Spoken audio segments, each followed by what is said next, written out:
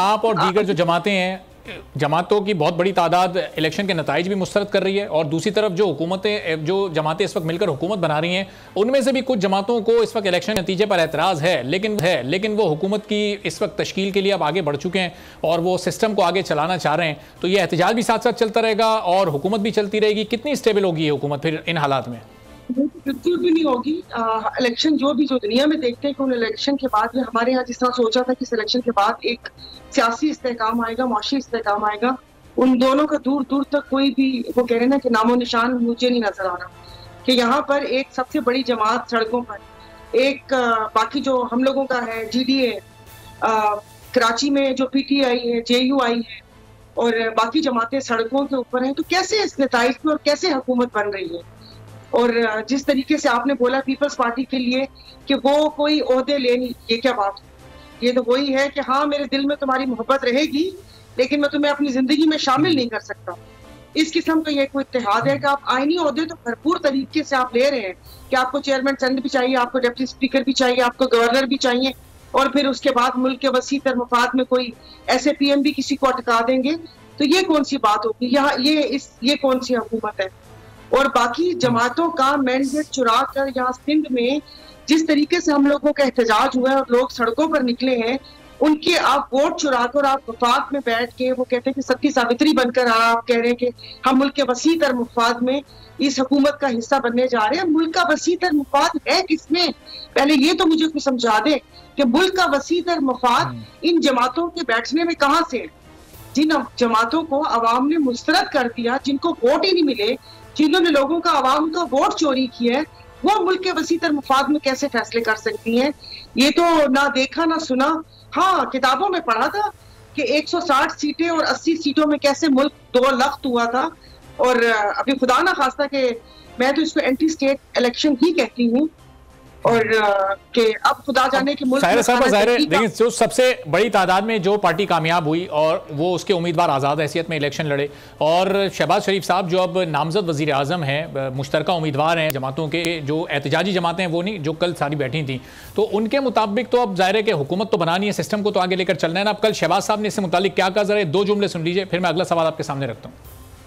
चंद दिन पहले मैंने और फिर दर्जा बदर्जा पीपल्स पार्टी के ज़ुमा ने जो आज़ाद मेंबर्स जो जीत के आए हैं उनको ये पैगाम दिया कि अगर वो हुकूमत बना सकते हैं तो बड़े शौक़ से वो बनाएं, कौम को अपनी मेजॉरिटी दिखाएं। हम न सिर्फ उसको दिल से कबूल करेंगे, उनको मुबारकबाद पेश करेंगे, आइन के मुताबिक हम बाकायदा ऑपोजिशन बेंचेस पे बैठेंगे और वो कारोबार हुकूमत चलाएं कि ये मुल्क की इस वक्त अहम तरीन ज़रूरत है। लेकिन जैसा आपने देखा कि वो इस काबिल नहीं है, उनके पास मतलूबा तादाद। तो शहबाज शरीफ साहब, सायरा साहबा ये कह रहे हैं कि मौका दिया आज़ाद उम्मीदवारों को और उन तक पैगाम भी पहुंचाया और पीपल्स पार्टी ने तो हाथ भी बढ़ाया था कि हम बैठना चाहते हैं, PTI के साथ आएँ और हमारे साथ हुकूमत साजी करें, लेकिन वहाँ से पैगाम आया कि हम ना नून लीग के साथ बैठना चाहते हैं, ना पीपल्स पार्टी के साथ, ना MQM के साथ।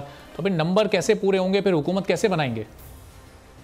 आज के साथ जो इलेक्शन से 1 महीना पहले इन्होंने वो बड़ा इंसाफ के वो क्या कहते हैं अदले जंजीर गिराते हुए एक खून से वो ले लिया, उनसे उनका निशान ले लिया और उसके बाद जिस तरीके से आपको और मुझे भी पता है कि किस तरीके से उन पे वो जुल्म और जबर हुआ और उसके बाद वो छुपते फिरे और जिस तरीके से मैंडेट चोरी हुआ, इलेक्शन में जो रिगिंग हुई, जो आपने इंटरनेट और सब चीजें बंद कर दी और अभी तक नेट सही नहीं चल रहा, अभी तक इन्होंने ट्विटर को बिल्कुल वो कट किया हुआ है।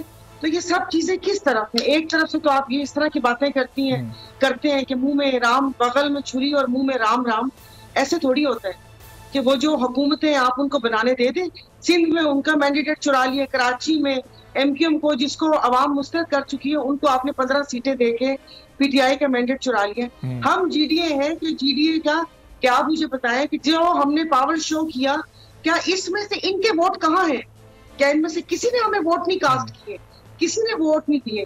जब इस किस्म की बड़े पैमाने पे धांधली करके, जो कि धांधली इन सबके गले ही पड़ चुकी है, करताओं धरताओं के जहां पर वादे पूरे हो, जहां पर अपनी या ना की जंग हो, वहां पर फिर इस किस्म की बातें सिर्फ ऐसे किताबी लगती हैं कि हमने उनको कहा वो आए और अपनी हुकूमत बनाए और मुल्क को आगे चलाएं, मुल्क को आगे चलाएं ताकि वो हुकूमत बने और फिर नो कॉन्फिडेंस लेकर आए, फिर जमीरों की मंडियां लगे। साहिरा साहब, ये इससे पहले मैं खलील ताहिर सिंधु साहब की तरफ जाऊं, एक और ब्रीफ ये जवाब दे दीजिएगा कि ये ज़ाहिर नंबर्स का तो इशू था ना, अब ये 92 सीटों के साथ कोई भी एक जमात तो ये हुकूमत नहीं बना सकती थी, उसके लिए किसी दूसरी जमात के लिए के साथ बैठना ज़रूरी था।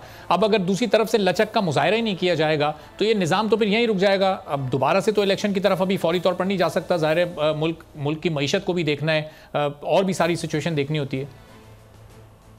देखिए, आप माशी और इस्तेकाम की बात करते हैं ना, वो उसमें कोई ऐसी मजबूत गवर्नमेंट आनी चाहिए। ये बैसाखियों के सहारे वाली गवर्नमेंट मेरा नहीं ख्याल के चल सकती है। वो इंसान मजबूर ही रहता है। आपने 16 माह देख लिया और फिर उसके बाद की स्टेटमेंट भी देख ली तो उन्होंने कहा तो ये हालात ऐसे ना होते, फिर ये लोग भी मजबूर थे। जाहिर है इतनी सारी वजारतें पीपल्स पार्टी ठीक है, तो आप कह रहे हैं मुस्तहकम हुकूमत होनी चाहिए थी, ये मजबूत हुकूमत होती तो जाहिर है वो बड़े और मुश्किल फैसले भी करती। मैं साहिरा साहब वापस आपकी तरफ आता हूँ। सब्सक्राइब करें और बेल दबाएं ताकि कोई खबर रह न जाए।